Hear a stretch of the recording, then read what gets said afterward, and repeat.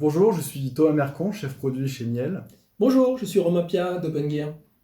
Donc Romain, aujourd'hui on est ensemble avec toi pour découvrir un peu quelles sont les solutions OpenGear et qu'est-ce que peuvent apporter aussi ces solutions-là chez les différents clients et les partenaires. Absolument. Donc première question, est-ce que tu peux nous dire qui est OpenGear? Absolument, oui. Donc OpenGear, c'est la division, une division de Digi en fait. Donc on a été racheté par Digi il y a de cela un peu plus de 2 ans. Et notre métier en fait, c'est de fournir des solutions de réseau hors bande à destination des entreprises, afin qu'elles puissent reprendre la main à distance sur leurs infrastructures en cas de problème sur, par exemple, un routeur, sur un switch, sur un équipement de sécurité.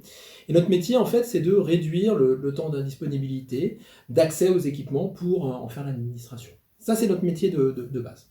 D'accord. Donc c'est ce qu'on appelle des solutions hors bande, ou en anglais out of band management. Exact. Est-ce que tu peux nous dire qu'est-ce qu'une solution hors bande et pourquoi la mettre en place?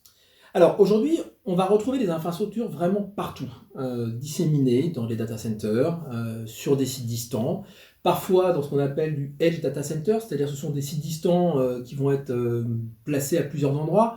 Un exemple, certains diffuseurs de streaming, pour être au plus proche de leurs clients, vont installer des interfaces et des infrastructures au plus proche de leurs clients pour s'assurer qu'ils aient une bonne latence aussi, et une bonne disponibilité des différents contenus qu'ils vont vouloir streamer. Nous, notre métier, en fait, c'est toutes ces infrastructures, comme je le disais tout à l'heure, les routeurs, les switches, les équipements de sécurité, des serveurs. Ça peut être vraiment tout type d'infrastructure IT. On va être capable, à distance, sans avoir besoin de se déplacer physiquement, de pouvoir en faire l'administration. C'est-à-dire que si jamais il y a une panne sur un routeur, un dysfonctionnement, une mauvaise configuration, on va être capable de pouvoir accéder justement par l'intermédiaire de notre équipement. Donc on vend nous du matériel en fait, qui va se connecter sur les différents matériels et de pouvoir reprendre la main à distance sur l'ensemble de ces infrastructures. Ça, c'est notre métier de base. Ok, très bien, très bien. Et par rapport à tout ça, est-ce qu'il y a des types de clients particuliers? Est-ce que vous avez des clients particuliers, en tout cas, pour mettre en place ces solutions? Alors, c'est vrai qu'on a commencé beaucoup à travailler sur les opérateurs, sur les grands acteurs du cloud, qui ont énormément d'infrastructures IT disséminées un petit peu partout dans le monde.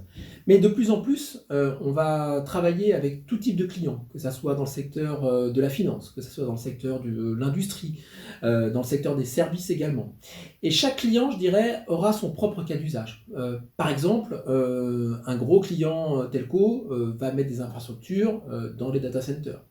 Un client qui va travailler dans l'industrie aura peut-être loué un espace en colocation dans un rack et aura besoin de nos solutions pour accéder à cet espace. Et puis on aura des clients qui vont avoir des points de présence locaux aussi, et là qui auront des équipements adaptés par rapport à ces points de présence et qui vont utiliser ce type de solution. Donc tout ça pour dire que il n'y a pas de client type, je dirais il y a un besoin commun qui est de réduire l'indisponibilité des équipements et d'accéder facilement à ces infrastructures sans avoir besoin de se déplacer. D'accord, ok. Et si je suis client ou partenaire et que je suis intéressé par vos solutions, qu'est-ce que je dois faire? Alors, pour un partenaire ou un client, c'est assez simple en fait. On est capable de pouvoir faire une évaluation de la solution, déjà de faire des présentations avant-vente, donc avec l'aide de Miel justement, qui est complètement autonome sur nos solutions. Après, par l'intermédiaire de Miel aussi, on peut faire des prêts de matériel, donc de demander n'importe quel type de produit, que ce soit un petit produit pour du Edge Data Center ou également des produits plus larges pour du data center en fait. Et puis derrière, donc on fait cette évaluation.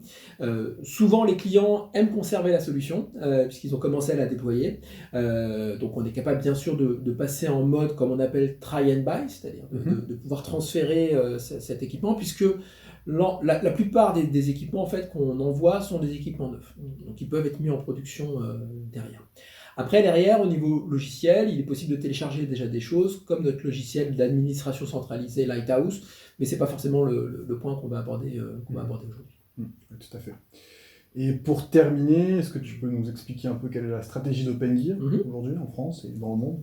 Alors, la stratégie d'OpenGear en France et dans le monde, alors déjà, je vais commencer par la France. Donc, la France, c'est déjà d'avoir une meilleure réputation sur ce marché, parce que aujourd'hui, nos partenaires ne connaissent pas forcément ce genre de solution. Donc, comme on est sur un micro-marché, en fait, les partenaires pensent plutôt à construire leur propre solution plutôt qu'utiliser une solution existante parce qu'ils n'ont pas connaissance de cette solution-là. Donc on a vu des partenaires qui montaient des solutions à base de switch, à base de firewall, et qui essayaient de monter leur propre réseau hors bande.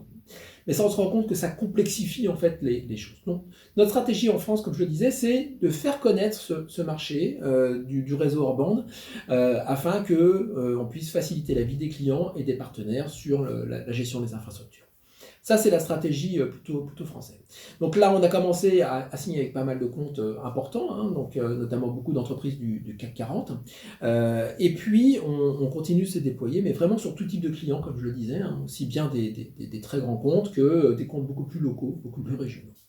Ça, c'est notre stratégie sur la France. Après, la stratégie d'OpenGear au niveau international, c'est au-delà du hors-band, parce que sur des marchés comme le marché américain, le hors-band est déjà mis en place depuis des années. Donc il a fallu écouter nos clients et comprendre quelles sont leurs attentes. Et là, en fait, on va travailler beaucoup plus sur une approche disruptive. C'est-à-dire qu'on va, au-delà du réseau hors bande, apporter la possibilité de faire de l'installation à distance de tierces solutions. Imaginons que je veuille installer à distance un firewall, je vais pouvoir utiliser la solution OpenGear.